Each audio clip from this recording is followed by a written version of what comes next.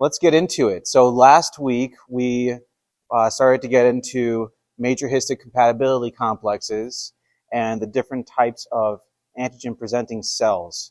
So if you recall, T cells, in order for T cells to get activated, they need an antigen-presenting cell. And antigen-presenting cells are going to have different types of MHC classes. Now, as far as MHC class 1, that's going to be class 1 MHC, either or works fine. MHC class 1, that's going to be expressed on basically every nucleated somatic cell in our body. Of course, red blood cells do not have nuclei, right? Red blood cells don't have nuclei so that they can maximize the amount of hemoglobin in the cell so they can deliver oxygen and transport carbon dioxide. So they're not going to have a nucleus. So red blood cells don't have MHC class 1. But every other nucleated cell will have MHC class 1. In terms of MHC class 2, that's going to be on macrophages, dendritic cells. Those are the major cells that have MHC class 2. MHC class 1 is going to be associated with activating CD8 cytotoxic T cells, and MHC class 2 is going to be involved in activating CD4 helper T cells. Okay, so make sure you understand the associations between those two different classes of MHC and which type of T cell are going to be implicated in those. So this is an overview of what happens when a cell is either infected by maybe like a virus or a bacteria or something like that.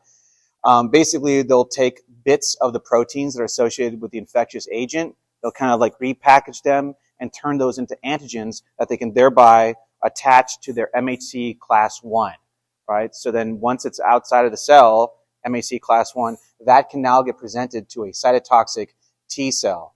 And when a cytotoxic T cell gets activated, it's basically going to activate the cytotoxic T cells, and then those T cells are going to release cytokines, especially tumor necrosis factor. That's going to be one of the major ones. And those cytokines are what actually induce apoptosis into that infected cell. So basically, the cell is telling the T cell to kill me, right? That's exactly, or kind of the way to conceptualize it. It's going to be inducing apoptosis. It's asking the T cell to induce apoptosis in the cell. So that will no longer be affected, no longer be a problem to the rest of the body. And then these are the different, co-stimulation. There's going to be a co-receptor. So that's one thing to keep in mind about T cells. Once you guys get into microbiology and virology in particular, CD4 T cell lymphocytes have the CD4 receptor, and they also have a co-receptor. The reason why that's important is because HIV, in order for HIV to gain entry into the cell, CD4 T lymphocytes, it needs to bind to a co-receptor, not just the T cell receptor by itself. It also needs a co-receptor. And those co-receptors can actually be targets of antiviral medications. But you'll learn that more when you get into the immunology component of microbiology. So you have co-stimulation, so there's a co-receptor. And then once that CD8 cell gets activated, so as a cytotoxic T cell, it's going to release perforins. Those perforins basically punch holes into the outside of the cell. And then after that happens, granzymes are able to gain entry into that cell, which is going to basically allow for apoptosis. Cytokines, sorry, not granzymes, but cytokines. So like tumor necrosis factor would be an example of a cytokine that would actually begin the apoptosis process. So that's with MHC class 1, and that's with CD8 cytotoxic T cells. Okay, so make sure you understand those concepts with the CD1, MHC class 1.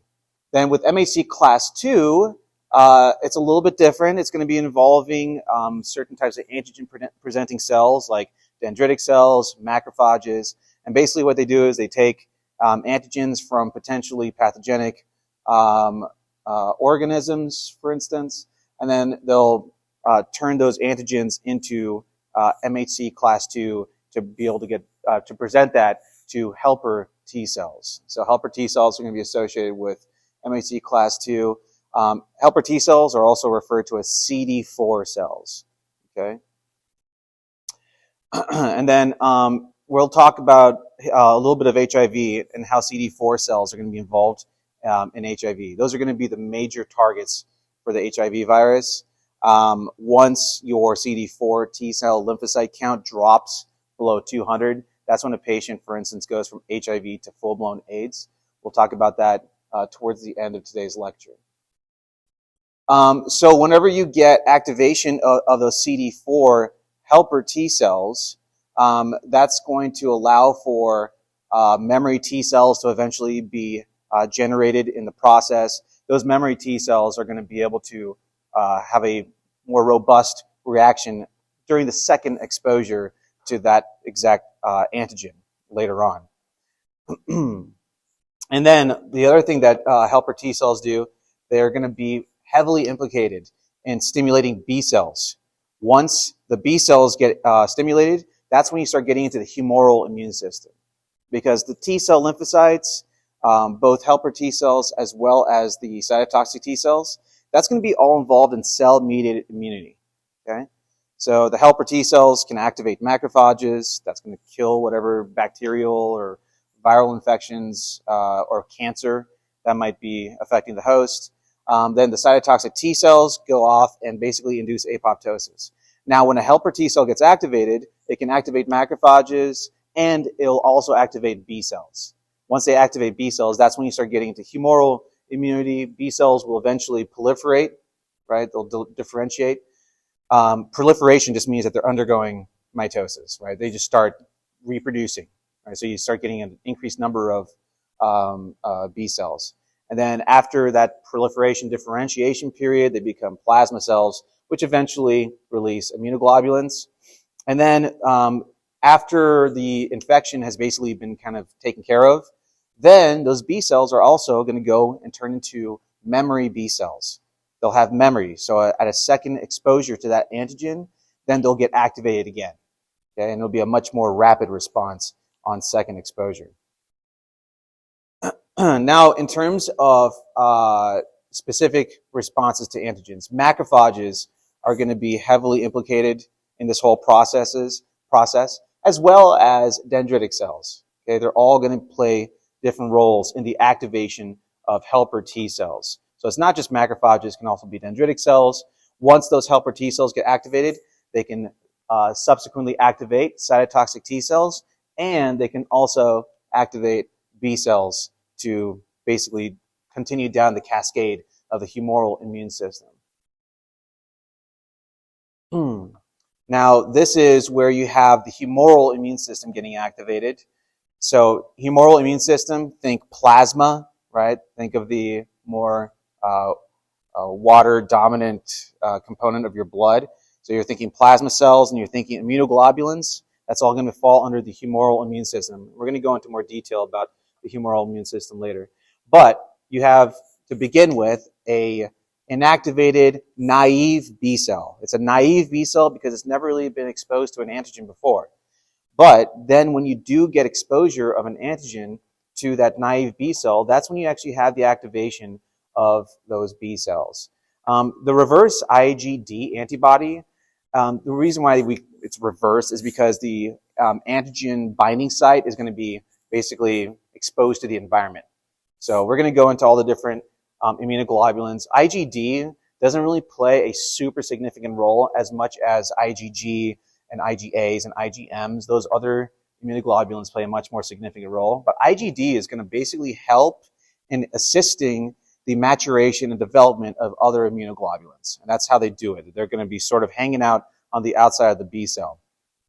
Then once the B cell gets activated, it can also get further activated with the help of helper T cells.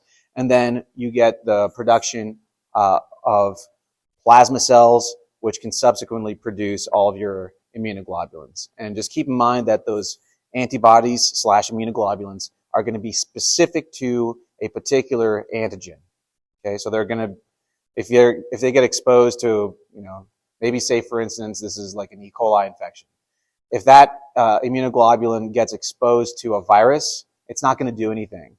The immunoglobulin needs to be exposed to the particular antigens associated with, for instance, E. coli, if it's what they're producing antibodies against. So, getting into the humoral immune system. So think B cells in the humoral immune system. Humors, that just means fluids, and that's going to be derived from ancient medical terminology. We don't really use the term humors anymore when it comes to like the imbalance of our fluids. We still use that term though to describe different areas that are going to be like fluid. For instance, the vitreous humor in your eye is a good example. And then the humoral immune system is going to be implicated in like plasma cells as well as B cells. So here's a summary of what the humoral immune system does. You start with that naive B cell. Once that naive B cell becomes activated, it can begin germinating. And then as it does that, it's going to start like basically proliferating, dividing. And then once it turns into a plasma cell, that's what you get. That's where you start developing those immunoglobulins. And then you can also have memory B cells after the infection has been basically addressed. Then those memory B cells can subsequently be activated again on a second exposure to that particular antigen. And then in terms of the helper T cells, just remember that helper T cells, once they get exposed to an antigen and they get activated, helper T cells can help to stimulate macrophages, they can help to stimulate cytotoxic T cells, and they can also help to stimulate B cells in their maturation process. So that's what helper T cells do. So let's briefly talk about what antigens are. Antigen literally translates to antibody generator. Okay? So antigen, you're thinking about something that might be in the environment, it might be an infectious agent, it could be a drug, it could be pollen, it could be metal allergies, so like haptens.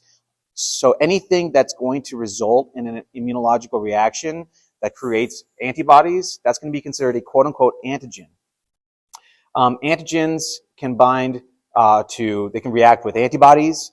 They're going to be able to also react to B cell and T cell receptors. So B cell receptors directly, and then T cell receptors through an antigen presenting cell, right? So you need that MHC complex in order to present that antigen to activate a T cell. And if an antigen results in an immunological reaction, we call that an immunogen, okay? So nothing really too crazy. Just know that anything that results in an allergic reaction of some sort or an immunological reaction would be considered antigen. So microbes, drugs, pollen, haptens, etc. So antigens could be viruses, bacteria, fungi, drugs, polysaccharides. So that's kind of interesting. You guys are going to learn more about this when you get into micro. When it comes to polysaccharides, gram-negative bacteria are going to be rich in lipopolysaccharides on the outside of their cell. So E. coli is a good example, Salmonella, Klebsiella, lots of different gram-negative organisms have lipopolysaccharides on the outside. Those are going to be very aggressive bacteria because they result in a very aggressive immunological reaction. Those are considered endotoxins. Those are toxins that are like inherent to the organism. So when you think about polysaccharides, those are going to basically elicit a very significant reaction from the host. And then know that antigenic determinants are going to be referred to as epitopes. The way that I kind of think about epitopes, I think about them as being on the outside of bacteria, and I think of it as being like on the epithelial layer of bacteria. It's really incorrect nomenclature, but that's kind of the way it helps me conceptualize what an epitope is. But it's effectively an antigen that's found on the surface of an organism. Now, in terms of drugs and other things that can elicit immunological reactions, this is a very severe drug reaction, Stevens-Johnson syndrome, where a patient reacts to a drug that mounts a really aggressive immunological reaction. Stevens-Johnson syndrome can be very deadly in certain people. And take a note of some of these drugs, anti-epileptics as well as sulfa drugs. Now, when I was doing work in neurology, when I was doing my rotations and whatnot, some of the neurologists that I work with would be very concerned about Stevens-Johnson syndrome because some patients have a genetic predisposition to Stevens-Johnson syndrome. So anti-epileptics like phenytoin, for instance, might result in Stevens-Johnson's, especially from patients that come from like East Asian populations. So oftentimes, if a neurologist has a patient with epilepsy, they often might want to get them into genetic counseling first, just to make sure that they're not going to have this severe allergic, it's basically like an allergic reaction to the drugs. This guy over here, the reason why I put him in there, Absol is a hip-hop artist. He had that when he was a kid. He survived. He got severe scarring on his face. And this song, Book of Soul is about when he was a kid and had Steven Johnson syndrome. So if you guys like hip hop, he's a cool dude to listen to. Steven Johnson can be fatal in 10% of patients that are affected. Once it becomes like toxic necrolysis, that's when you get the actual fatal, the increased case fatality rate with Steven Johnson's. So this is an image of epitopes. So think about this as being a bacterial cell. You got epitopes on the outside. Those are going to be antigenic determinants. So they're basically antigens that kind of hang out on the surface of a bacterial cell. Now, antigens are going to interact with antibodies. That's kind of like the major reason. That's the main reason why we process antigens the way we do, right? It's to ultimately create antibodies so that those antibodies can eventually target those same antigens in the future. Or if you have a current active infection, those antibodies will help to do several different things, which we'll talk about in a moment. But let's talk about the structure of an antibody. There's a couple key components that are important to keep in mind. You have the FAB region and the FC region. FAB stands for antigen binding region, okay? And you have two spots where the antigen can bind to. It's on the two ends of the Y, okay? So those are two antigen binding sites. Then you have the FC region, which is the crystallized region. So crystallized, it's going to be the same amongst all immunoglobulins within a particular class. So the FC region in IgAs are all going to be the same. The FC region in IgGs, they're all going to be the same. The thing that changes is going to be the FAB region, the antigen binding region. Those are going to be specific to a specific antigen. They're going to be particular to a specific antigen. In terms of the chains that make up the immunoglobulins, you have two chains, or two major chains. You have the heavy chains, and you have the light chains. The heavy chains are the major chains in the middle, and the light chains are going to be at the lateral ends, kind of at the lateral ends of the Y, of the arms of the Y. Okay, and then the variable region, that's what changes from immunoglobulin to immunoglobulin, depending on what antigen that you're basically trying to target. So here's another image of what that looks like. You have your variable region. This whole entire region over here would be the FAB, antigen binding region. This whole region would be the constant region. And then you also have complement binding sites. Those complement binding sites, remember during the classical pathway where you have like two immunoglobulins binding onto a bacteria? When you have those two immunoglobulins, then you have C1, the complement 1 protein. That's what binds to that complement binding site. And so that's going to help to activate the classical pathway. And then this is basically when you have opsonization mediated by immunoglobulins. When immunoglobulins bind to, for instance, like a bacteria, then those can actually be recognized by a phagocyte, and then they can undergo phagocytosis. It's called opsonization when it's mediated by immunoglobulins. So these are all the things that immunoglobulins can do. Okay, when I say immunoglobulins and antibodies, I'm kind of like using them one and the same. They're basically the same thing. So immunoglobulins can do lots of different things. They can neutralize toxins. They can neutralize viruses. That's one thing they can do. They can basically immobilize bacteria. They can bind to like the flagella of the bacteria so the bacteria can't move around, so it keeps them immobile. It can actually allow for agglutination. Agglutination is just a really fancy word for clumping. So you can like allow for a bunch of bacteria to get clumped up together, and then they can get recognized by like macrophages, for instance. Opsonization, which is effectively glorified phagocytosis mediated by those antibodies / immunoglobulins. Complement activation, that's the classical pathway. So remember that. You need two antibodies to activate that system. And then you can also have antibody-dependent cellular toxicity.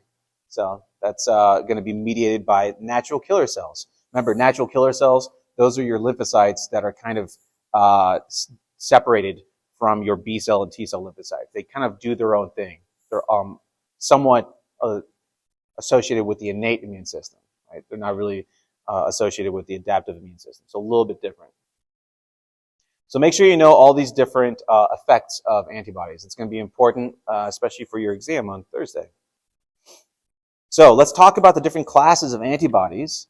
You guys are going to go over this again and again and again. This is especially going to be relevant when you get into microbiology, because all these different immunoglobulins do different things depending on the type of infection that's taking place, as well as the location. Now, IgE, that's going to be associated with mast cells and basophils, aka associated with histamine release. So those are going to be implicated in allergic type reactions. IgD, remember that those are going to be hanging out on the outside of B cells. I also refer to IgD as who gives a damn, because aside from hanging out on B cells, they don't really do much else, and a lot of their function is kind of poorly understood currently in biology. IgG, this is going to be one of the most important ones. IgG not only is going to be the most numerous of all of your immunoglobulins, but it's also going to confer long-term immunity. Whenever you guys get your viral titers done, right? So whenever you start your clinics and you got to see if you're, for instance, if you have your MMR titers, measles, mumps, rubella, that's what they're really looking for. They're looking for IgGs to see if you actually have long-term immunity. So if you don't, like I did, I think my rubella or rubeola was below what was acceptable. I had to get the MMR vaccine again. So that's one thing to keep in mind with IgG. It's going to confer long-term immunity, and it's going to be the most numerous. What's up? IgD, it's hanging out on the outside of a B cell. So it's going to kind of help to allow for B cell maturation during that whole like differentiation and proliferation phase, which allows for the further production of immunoglobulins. So basically just kind of like an aid, an assistant in the production of immunoglobulins. Aside from that, I also refer to it as who gives a damn, because I don't know, it doesn't really do much else as far as we know. The other thing that's interesting about IgG, I also refer to IgG as Ig girl, because IgG crosses the placenta and it's going to provide passive immunity to the baby as the baby is developing in the womb. There's another one too that is going to be associated with breast milk. IgA is going to also be associated with breast milk. But when you think IgG, think Ig girl, think developing baby in a womb. We already talked about basophils and mast cells and those. IgM is also going to be a very important immunoglobulin, and it's going to form this interesting structure. They call that a pentamer. So it's 5 IgMs that all kind of hang out. IgMs are going to be found predominantly in your blood, so in your circulatory system. And because of that giant pentameric structure, it allows to entrap bacteria that might be inside your blood, in your bloodstream. So it prevents the bacteria from entering into the interstitial space. So it keeps them entrapped within the blood so that leukocytes can come in and basically phagocytose the bacteria that's causing the infection. Also, IgM is going to be the first one that gets produced once you get an infection. IgM starts to peak, and then you subsequently have IgG plateauing afterwards. And then IgG basically takes over from then on.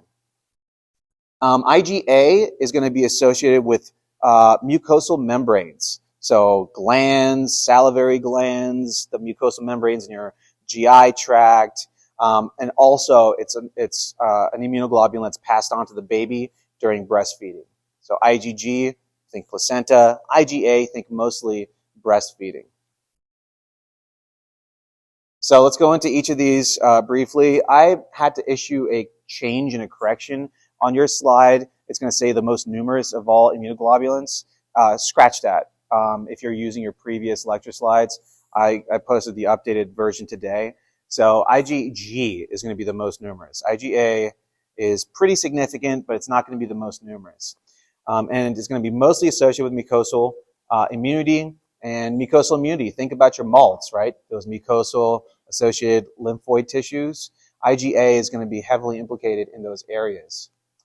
IgG, pregnant mothers, think about that. So it's going to cross the placenta and it's going to confer passive immunity to the child. It has a longer half-life of all the immunoglobulins, so it's going to confer more long-term immunity. And then in terms of the fetal development, so this is all here right before birth. So this is like maternal IgG. That's going to be it's going to be predominant IgG for the fetus as it develops. As the child gets born, then it switches over. Then the child is going to start producing its own IgGs from then on, and you'll see a dip in the maternal IgG and then a rise in the IgG of the child. IgG is also going to be found in the colostrum. So breast milk, you're thinking IgG and IgA. Okay. IgE, very minimal. It's only going to really happen, it's only going to be produced when you have an allergic reaction. It's going to be produced mostly by mast cells and basophils, and it's going to be implicated in histamine release, which helps to increase vascular permeability, right? So that's going to be mostly associated with allergic reactions. Allergic reactions, also think anaphylaxis. You should maybe write that word down, because that's going to be the more severe form of allergic reaction. It's where you have difficulty breathing because you have mucosal secretions in your respiratory tract. You have swelling, lots of like angioedema, right? So that also makes it very difficult to breathe. So anaphylaxis, it's scary because you have difficulty breathing, but then also you have vasodilation. So you have vasodilation, so the patient can eventually go into shock, right? And shock can eventually result in cardiac arrhythmia, and the patient could die as a consequence. That's why it's important, if you have certain allergies, carry an epinephrine shot. Epinephrine pens are going to be able to help vasoconstrict, so it reduces the amount of secretions, right, mucosal secretions. It also helps to prevent anaphylactic shock from taking place because it helps to vasoconstrict your vessels. So this is a summary of what we all went over already. So neutralization, agglutination or clumping, also precipitation of antigens, and then complement activation and opsonization. So make sure you know all of those different functions that immunoglobulins play. Here's another summary of that. Here's that pentameric structure of the IgM that helps to basically immobilize the bacteria, keep them into the bloodstream so they don't get into the interstitial space. Cool. So this is another summary of the whole entire process. So this is going to be upon first exposure. You've never been exposed to this antigen before. In other words, your B cells and T cells are all going to be naive, right? They're naive B cells. Now, an antigen gets gobbled up maybe by a macrophage, maybe by a dendritic cell. Eventually, that's going to stimulate helper T cells. Okay, those are going to be your CD4 T cell lymphocytes. Helper T cells are also going to eventually turn into memory T cells that will be used later on in future infections. Now, once a helper T cell gets activated, it can stimulate a B cell. That B cell is now going to be able to turn into a plasma cell, and it's going to be able to secrete immunoglobulins, antibodies against that antigen. Those B cells can also eventually turn into memory B cells. So this whole process becomes much more rapid upon second exposure. Then on the other end, with your cell-mediated immune system, once that antigen gets gobbled up by a macrophage, for instance, activates a helper T cell, the helper T cell can eventually activate cytotoxic T cells as well, aka CD8 cells. And those cytotoxic T cells, they basically just induce apoptosis into whatever cell's infected. Now, in terms of IgM versus IgG, first exposure / second exposure. On the first exposure, IgM is the first one to peak. That's the first one to start increasing in its numbers. Subsequently, you're going to get an increase in IgG. Remember, IgG, that's going to be implicated in long-term immunity against an antigen. Then on the second exposure, it's mostly going to be mediated by IgG. Remember, IgG, long-term immunity. So when you get that second exposure, the more aggressive secondary reaction is mostly going to be mediated by IgG. So make sure you guys know that. So let's talk a little bit about how we can manipulate the immune system through vaccinations.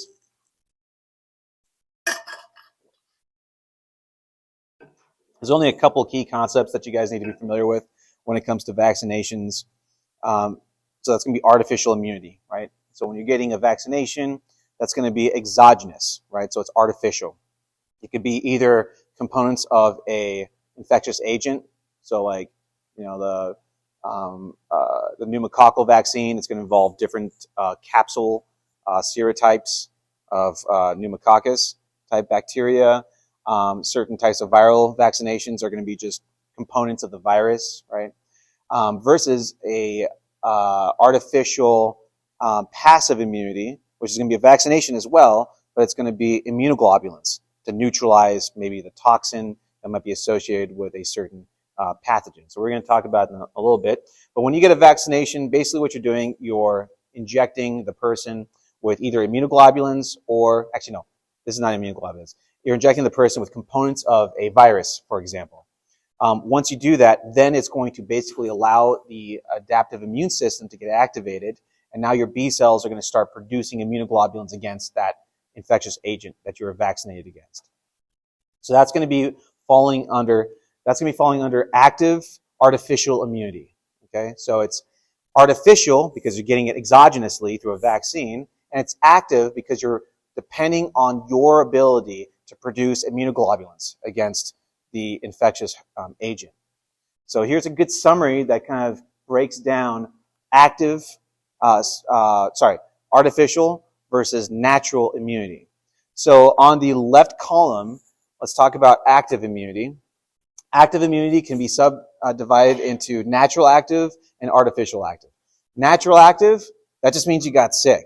You got exposed to a virus, and now you got exposed to a virus or whatever, infectious agent, and then now your body is developing immunoglobulins against that infectious agent.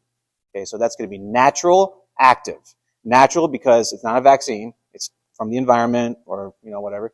And then active because you're creating your own immunoglobulins.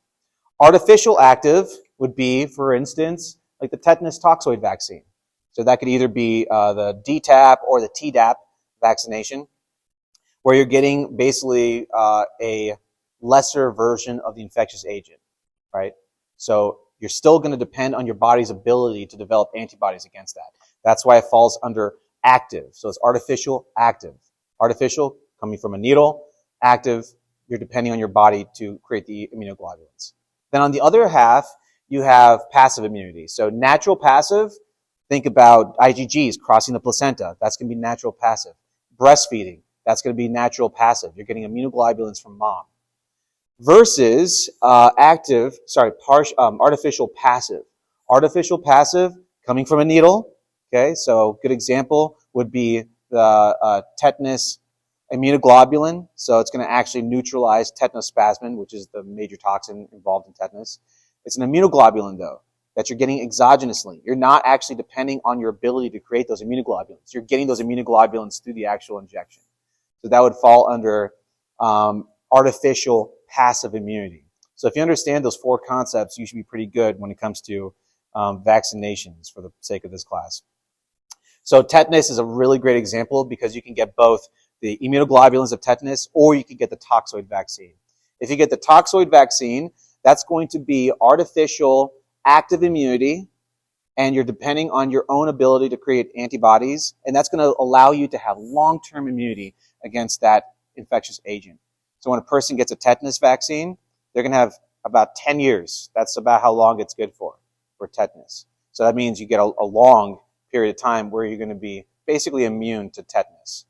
Versus the immunoglobulin. So TIG, which is the tetanus immunoglobulin, you're just giving the person the immunoglobulins through a vaccination, but it doesn't really last very long. It's good at neutralizing tetanospasmin, which is going to be the toxin, but it's not going to last a very long time.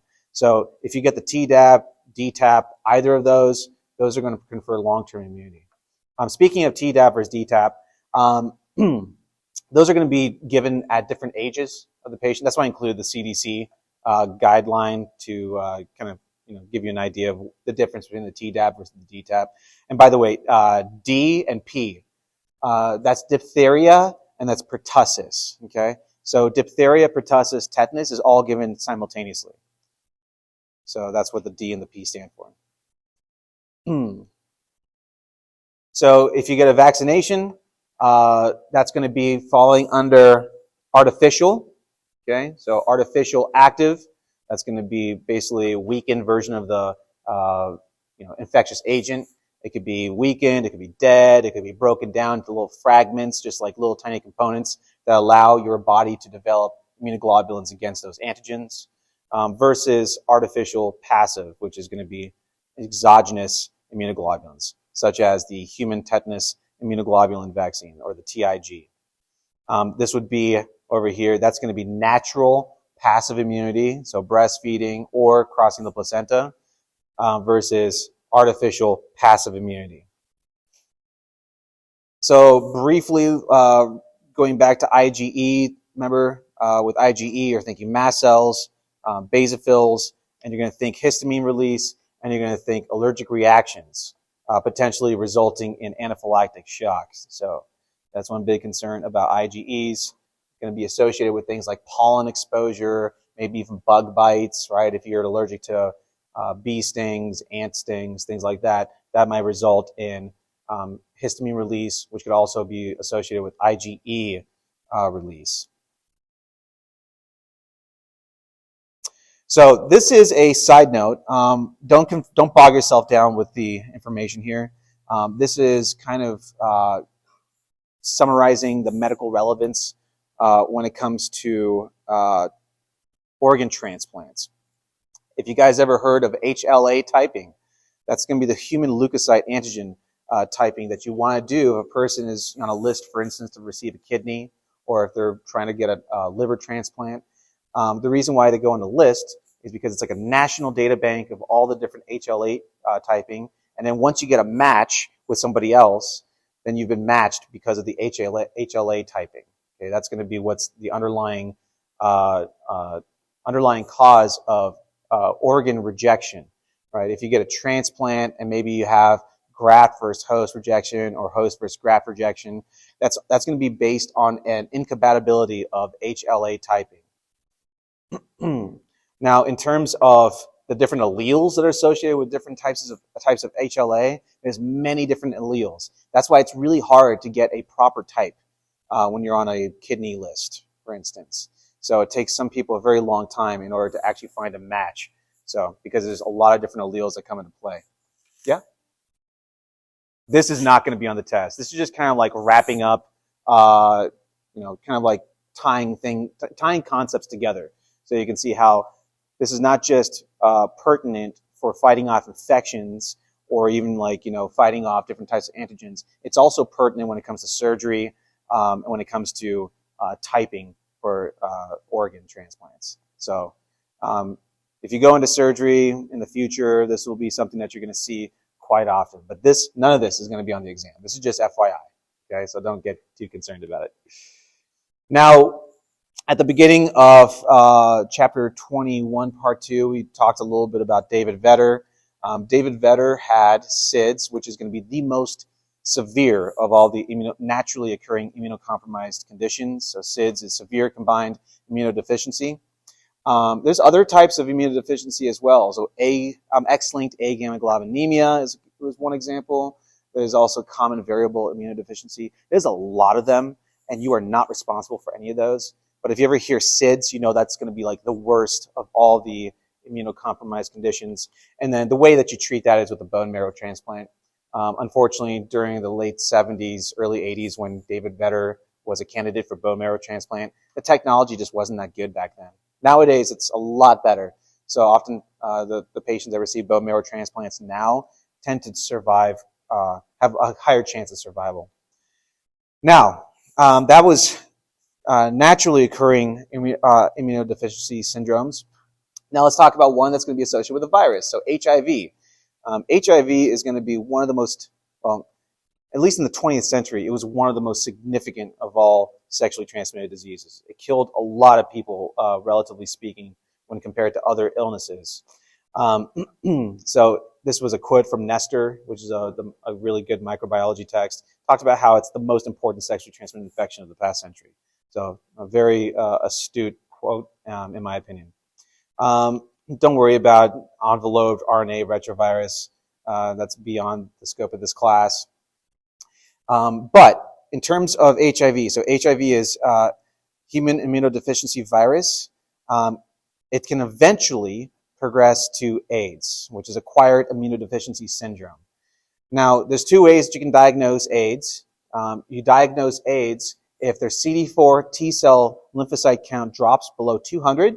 That's one of the main metrics that we use. Or if the patient gets an AIDS-defining illness. And there's a wide array of AIDS-defining illnesses. Toxoplasmosis, pneumocystis jirovecii, lots of diseases that you guys aren't responsible for. But since we're talking about lymphocytes, make sure you know CD4 T cell, okay? that's going to be the major target for HIV.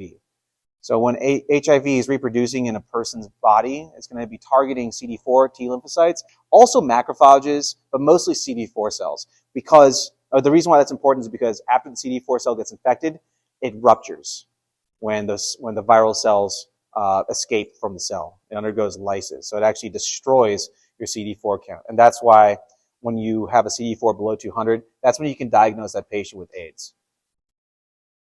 So the CD4 is going to be the major target. Remember I talked about the co-receptor? You have to, the HIV virus has to bind to not only the CD4 T cell receptor, but it also has to bind to a co-receptor to eventually gain entry into the cell. And then when the virus basically decides to escape from the cell, you have actual rupture of those CD4 lymphocytes. Monocytes can actually survive. It just weakens the monocyte, but that's a side note. In terms of progression, HIV is kind of interesting because when a person first gets infected, they get a lot of like cold and flu-like symptoms. They'll get runny nose, they'll get fever, they'll get myalgia, muscle aches, pain, headache, things like that. A lot of these people, they think, oh shoot, I just got like a head cold, or maybe I just got the flu. And then eventually, after like 7 to 14 days, it'll go away. And then you get this latency period. During that latency period, that's when you have CD4 cells progressively getting destroyed. You have a question? Among gay men, you said? Yeah, for sure. Men who have sex with men, that's kind of like the PC terminology we use today. So with the men who have sex with men population, HIV is definitely more prevalent. IV drug use as well is another prevalent demographic, people who use infected needles. So yeah, those are definitely going to be high risk categories for HIV. And that's predominantly associated with the mucosal membranes in the colon. They're a lot more sensitive to rupture and bleeding, and so you can transmit HIV a little bit more readily, depending on what type of sexual activities you engage in. So that's that's that. Now, when a person does get infected, I tried to keep that as like PG as possible. I'm gonna let you guys learn about HIV in greater detail, all the good stuff in microbiology.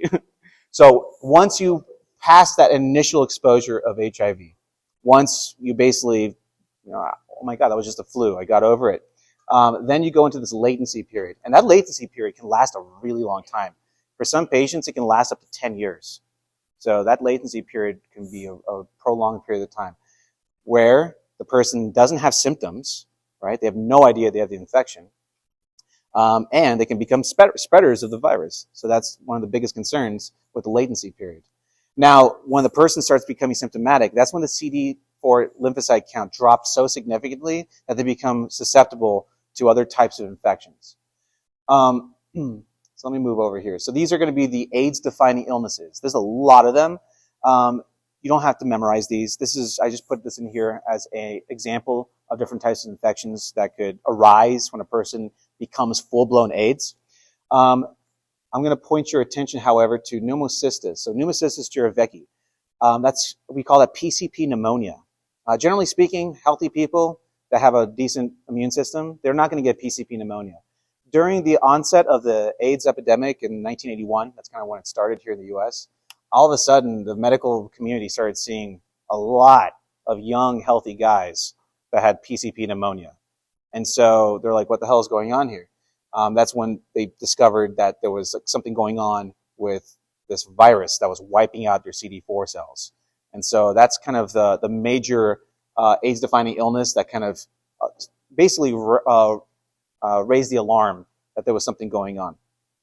Nowadays, lots of these different diseases can be indicative of having progressed to AIDS.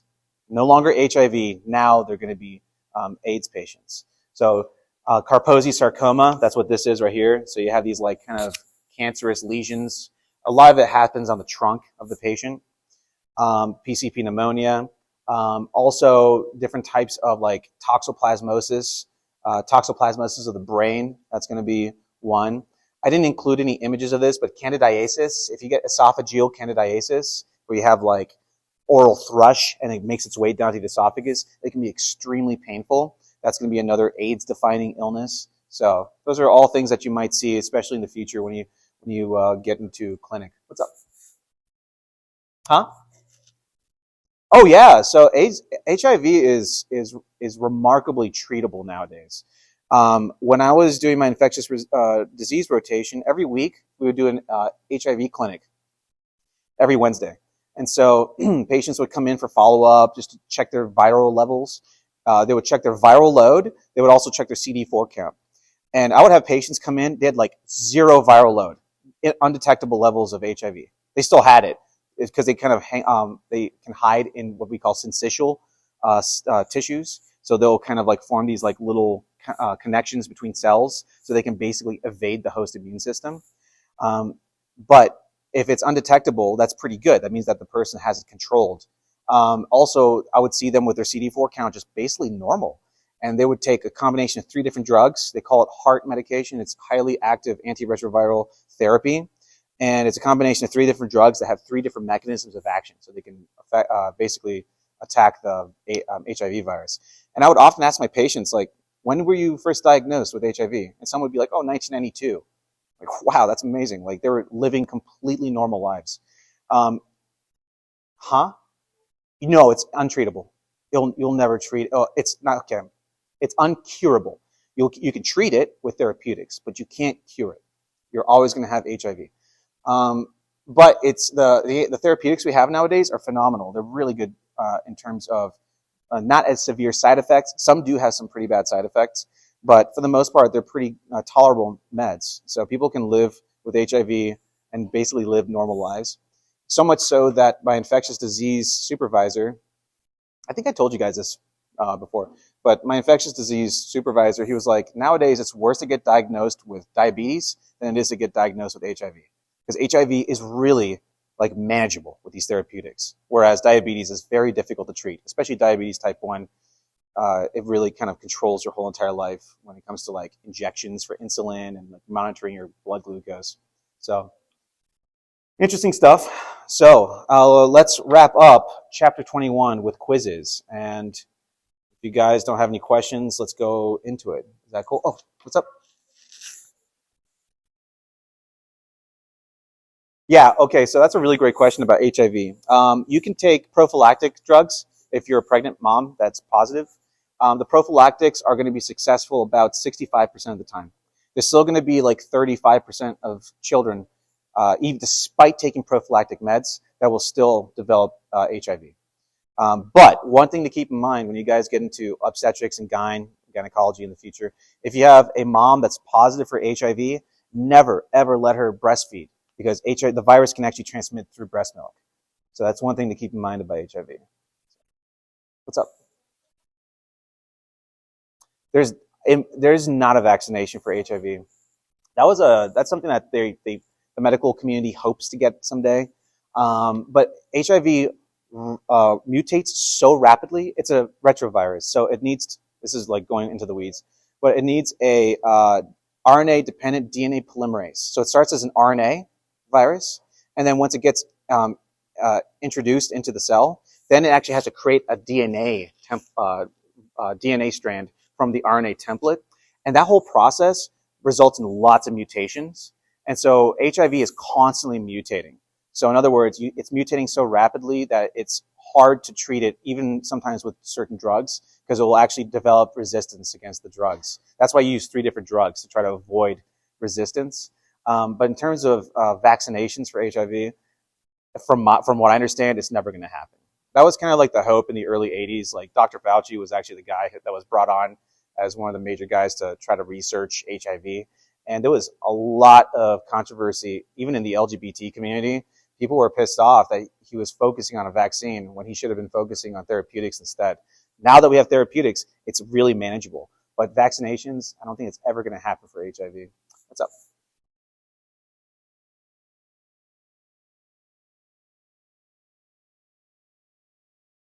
So mom and child will have to take prophylactics. Zidovudine, I think, is one, and nevirapine.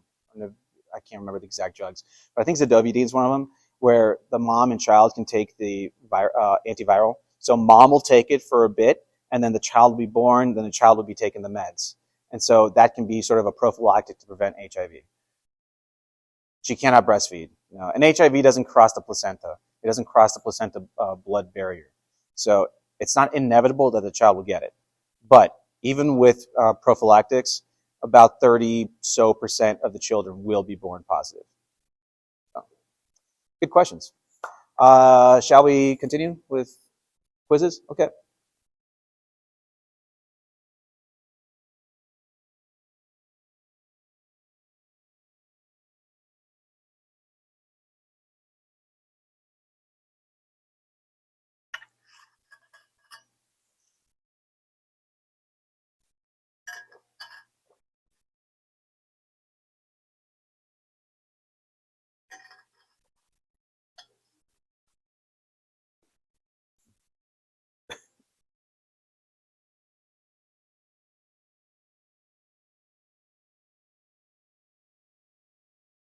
Hmm.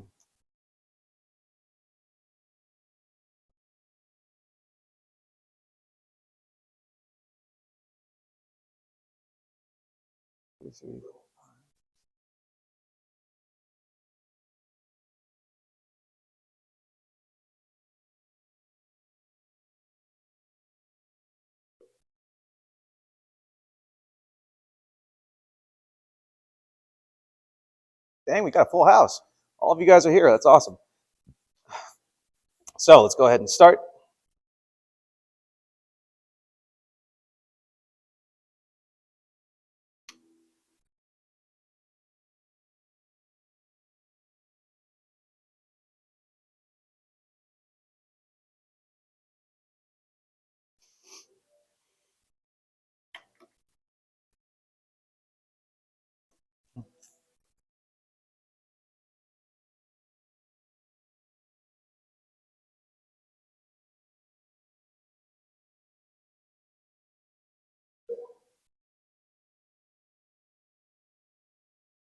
Good, yes. MHC1 found on all of your nucleated cells. Red blood cells are not nucleated, so you're not going to find them on red blood cells.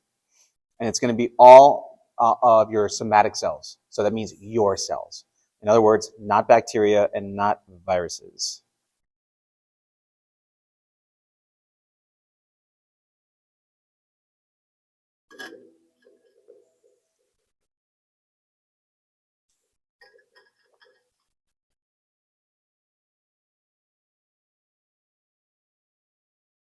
Hmm.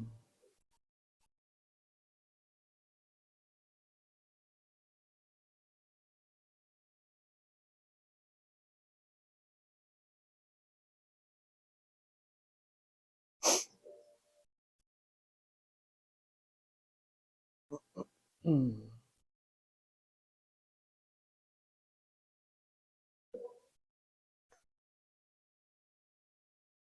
All right. So cytotoxic T cells, CD8. Helper T cells, CD4. Make sure you know the difference between the two. And which MHC class would be associated with CD8? Huh? One or two? Huh? Two? Hmm. So MHC class 1 is going to be associated with CD8. MHC class 2 is going to be associated with CD4. Okay? So make sure you know the associations between all those. CD4 is a helper T cell, and that's going to be associated with MHC class 2. Maybe think helper H2, kind of looks like an H, maybe. I don't know, it might help you. MHC class 1, think CD8, think all nucleated cells, cytotoxic T cell.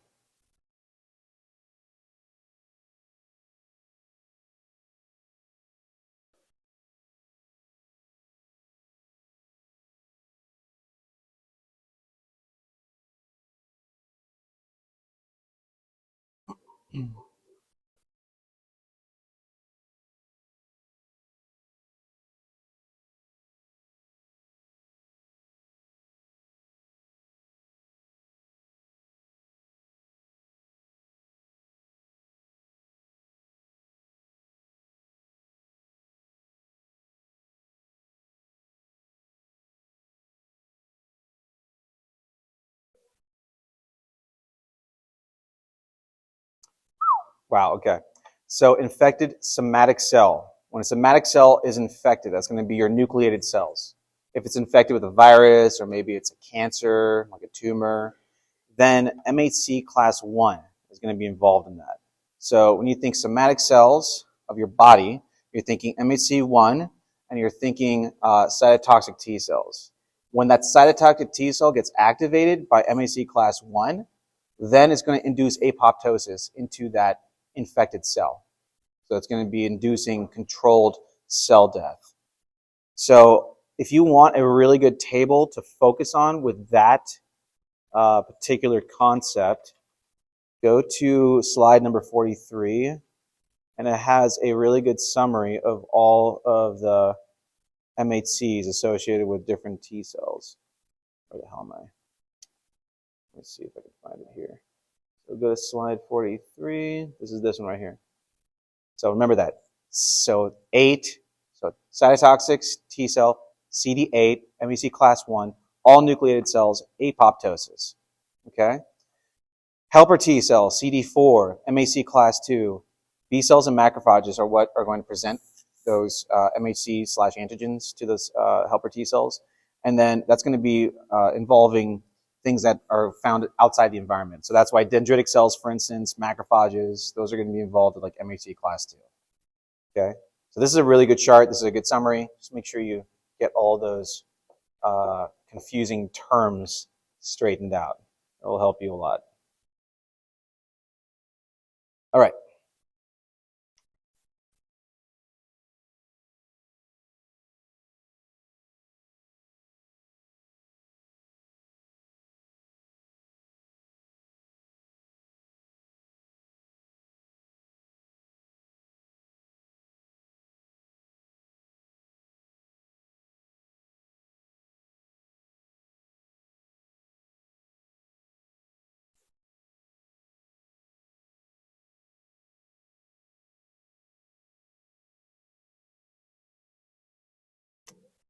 Looks like most of you guys got this one correct, so that's fantastic.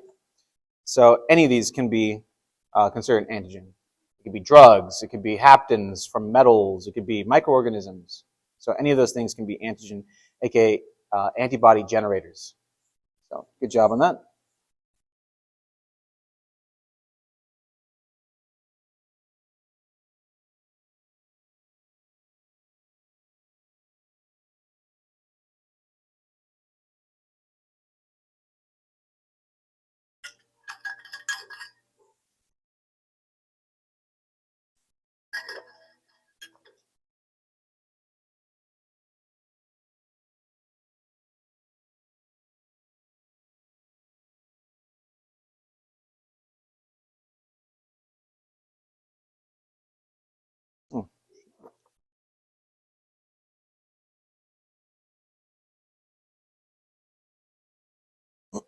So opsonization.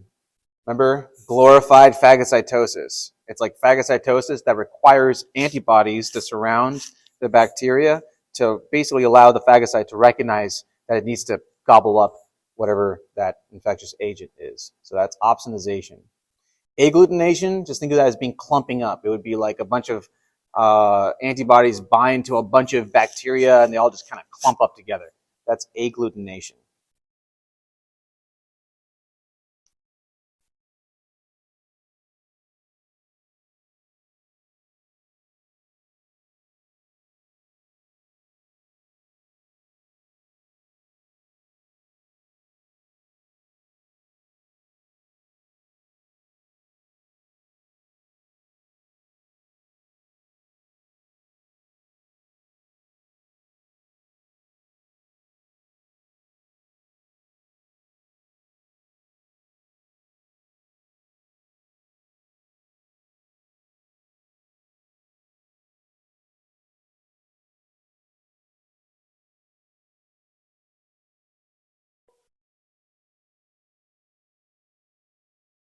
Good, good. You guys got IgE pretty down packed. What would be this A? What would be A? IG what? IG, IgG. What about breast milk? IgA and IgG. What about C? IgA. Good. Awesome. Next.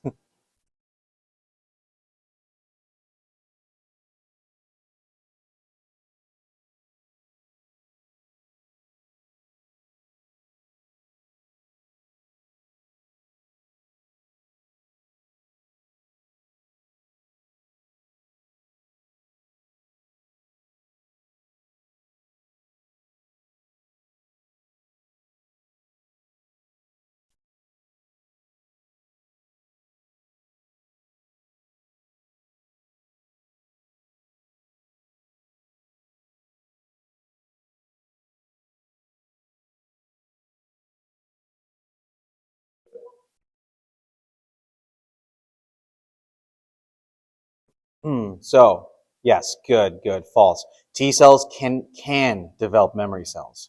Both T cells and B cells can become memory cells. Okay. Hmm.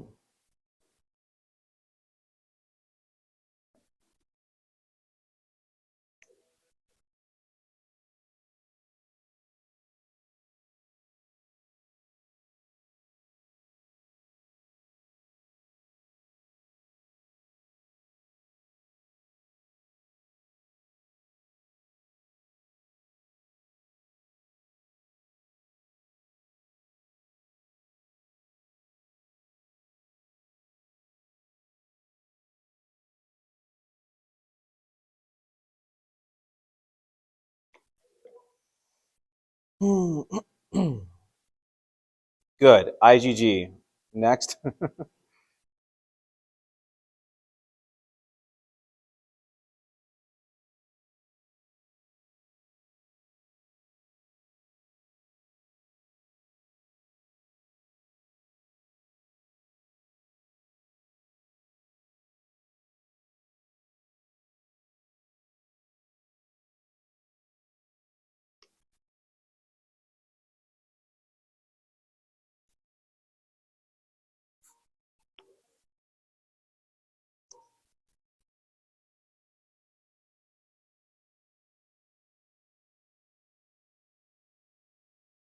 Looks like most of you guys got this one correct, which is fantastic. So, passing immunoglobulins to child, vertical transmission, that's going to be natural passive immunity.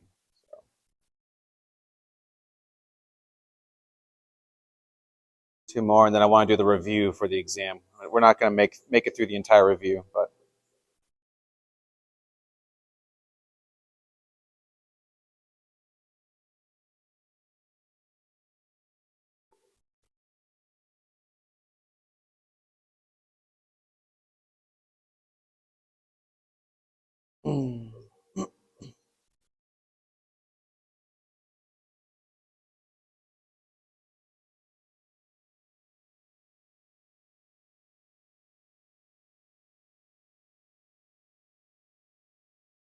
looks like we got a little bit of a split here.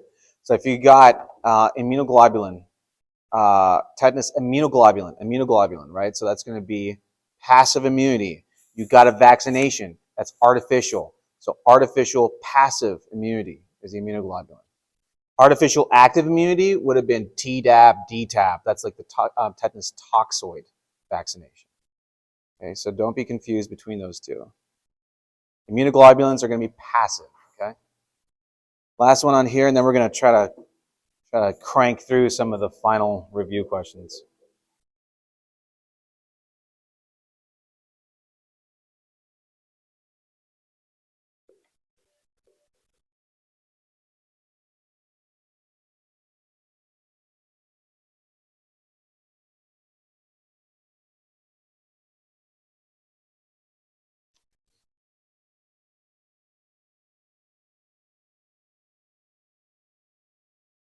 Make sure you know which cells involved in HIV. It's going to be pretty important, not just for this class, but for future practice as well when you guys get into clinic. So, CD4 cells, those are going to be your helper T cells. And for a person to be diagnosed with AIDS, could also be associated with an AIDS-defining illness. So that's why both B and C are correct. CD8 cytotoxic T cells are not involved in HIV or AIDS. Okay, so that's it for that section. Let's start doing some review questions until 4:20. And okay, we get it. Good job, guys.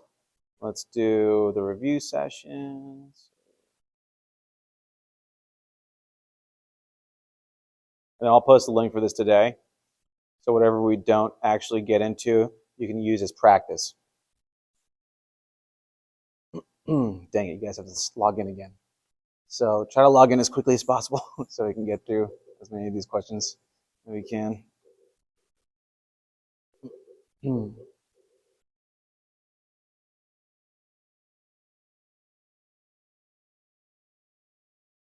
I didn't really do any chapter 21 because we've been doing chapter 21 recently. So I wanted to do something that maybe is not as fresh in your mind. So that's why I focus on 19. These are heavily focused on chapter 19, a few on chapter 20 as well. So, all right, whoever doesn't log in, just keep trying.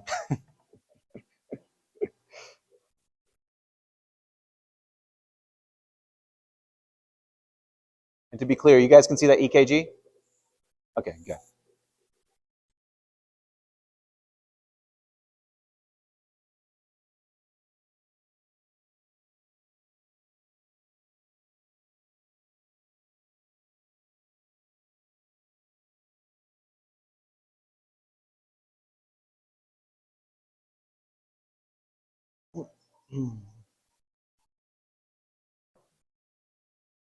By the way, for the purpose of the exam, don't worry about the heart blocks, right? Those are those like Mobitz type 1, Mobitz type 2. Don't worry about those.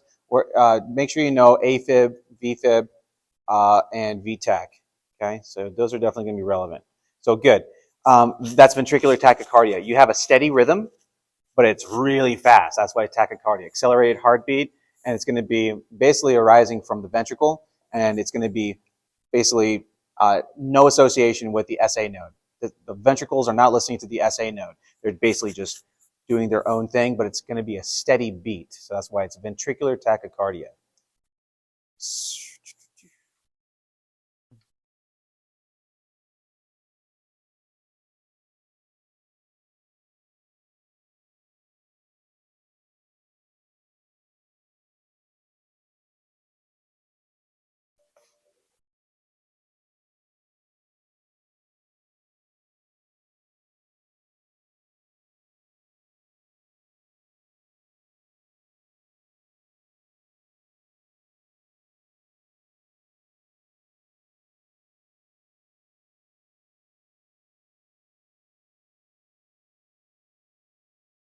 If you were to take a pulse on this patient, do you think you'd be able to feel a pulse? No, you would not be able to feel a pulse in this patient. So that's ventricular fibrillation. It's quivering. It's a quivering heartbeat.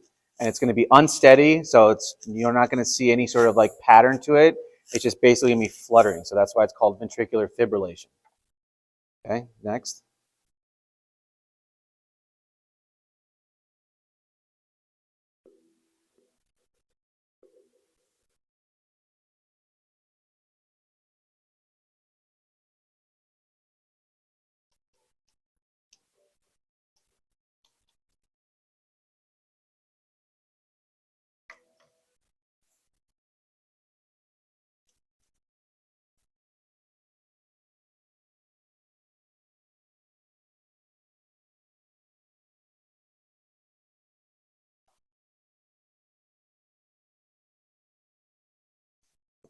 So look at the P waves on those. If you see like a ton of little P waves, that means that the atria are fluttering. So that's going to be atrial fibrillation.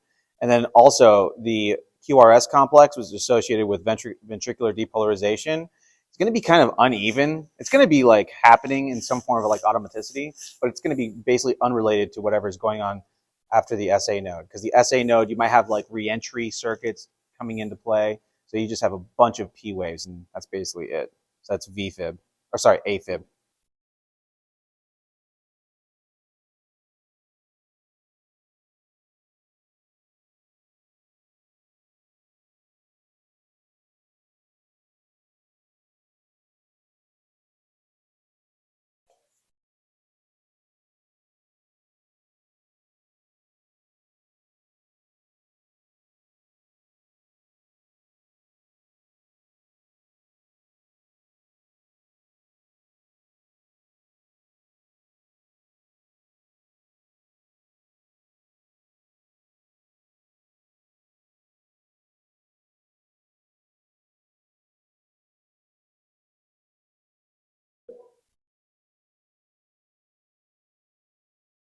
Cool. Most of you guys got that correct. That's awesome. So it's a pacemaker cell. So you'll see you have that slow, steady depolarization. That's going to be due to the potassium, the funny channels, right? You have slow influx of potassium. Once it hits that threshold, then you have like a rapid depolarization that's going to be associated with calcium. Okay, so that's going to be your pacemaker cell. Then you're going to have that repolarization due to potassium.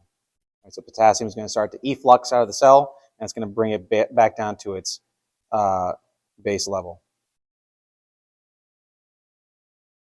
or resting potential.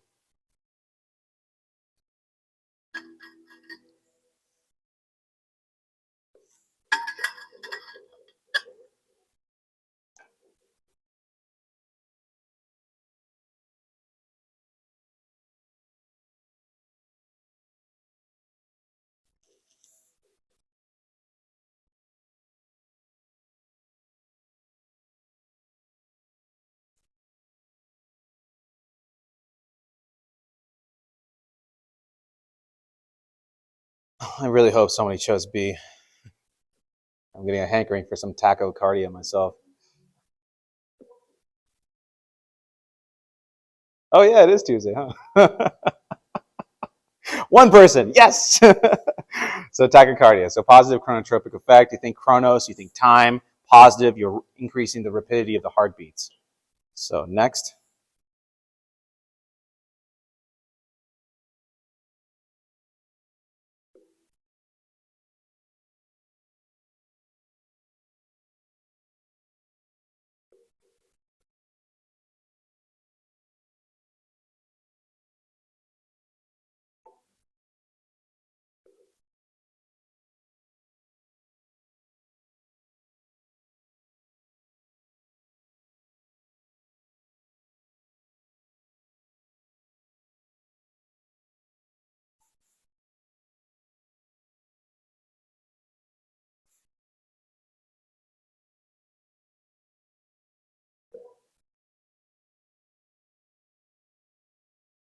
All right, a few of you got this correct. So ventricular contraction, ST segment is ventricular contraction. Where does ventricular depolarization happen? The QRS complex. So it depolarizes first, then you get the contraction. That's going to be corresponding with the ST segment. So next.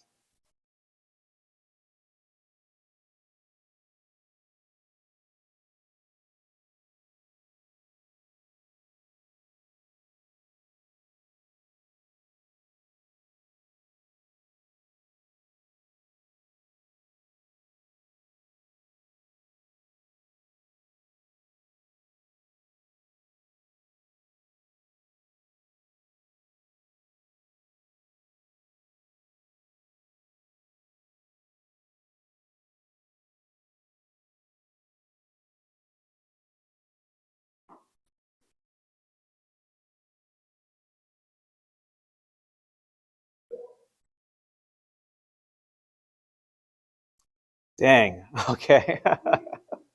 So as the QRS complex happens, that's going to be ventricular depolarization. Then the ventricle starts to contract right at the beginning of that ST segment. Once it starts to contract, you get that isovolumetric contraction, right? That means that the AV valves closed. That's lub, right? The AV mitral valve and the tricuspid close, lub. When you hear S2, that's going to be associated with your aortic valve closing. And that's going to be happening right around here, like a little bit around like the T wave as now the ventricle starts to repolarize and it starts to relax into diastole. That's when the aortic valve closes. That's going to be the S2 sound. S1, lub, S2, dub. Okay? Make sure you know which sounds are associated with which. I don't know if we're going to be able to get through all of these. So regardless, I'm going to post these for you guys. Make sure you go through these because these will help you for the exam.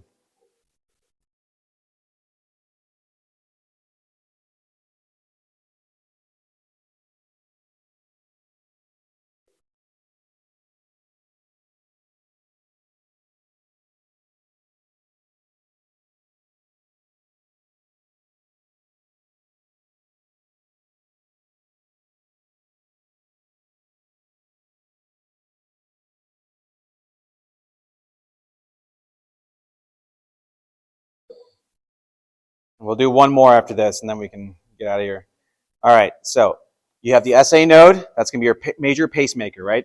Then it gets to your, once that signal gets transmitted to your AV node, it slows down in your AV node. So it allows for time so that you can get rapid transmission of that signal through the bundle of His, right and left bundle branches, Purkinje fibers, and you get a nice contraction from the ventricles. So it slows at the AV node, okay? Just one more, and then we'll dismiss, okay? I get the suspicion that you guys really need to review this material before Thursday, so come to my office hours if you guys have time tomorrow.